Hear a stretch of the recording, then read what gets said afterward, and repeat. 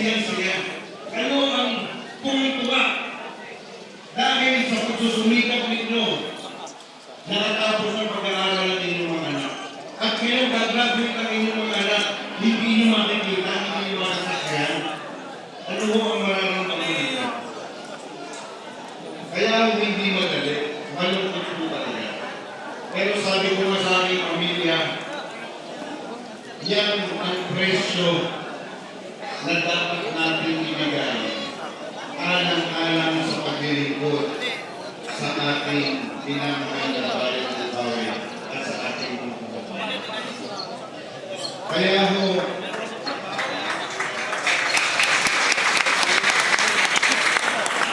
gusto ko maintindihan ninyo, ang personal ng buhay ay hindi normal. Hindi ko madali ang sitwasyon ko. Pero nagpapakibay po tayo. Kayo po ang dahilan kung bakit patuloy ako nagsusumikap na maging katatak. Dahil kayo po ang dahilan kung bakit po ako nandito at naglilingkod bilang inyong kumipay. Kaya sana huwag po itong masayang. Patuloy po tayo magsama-sama para na sa ganoon ang mga proyekto at programa na ating ihahatid ay magtuloy-tuloy. Sabi ko nga po, nakakalungkot pero bahagi ng demokrasya na may karapatan ng bawat isang kandidato. Pero kapag ang kandidato ay ang intensyon lang ay mga perwisyo, gaya itong kandidato isa na ito,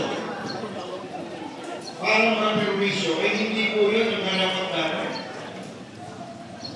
Mantakin nyo, ultim yung mga kamag-anak niya, kinausap siya, bakit ka lalaban? Ano dahilan?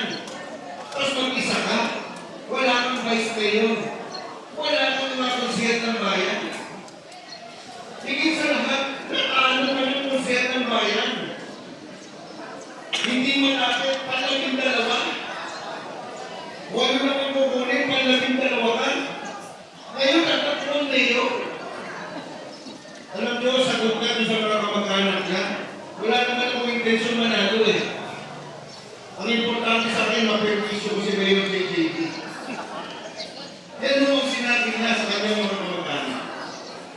Ngayon mga kamag-anak naman yan, mamalasakit sa amin, pinarating sa amin yung kanyang sinabi. Yan mo ba?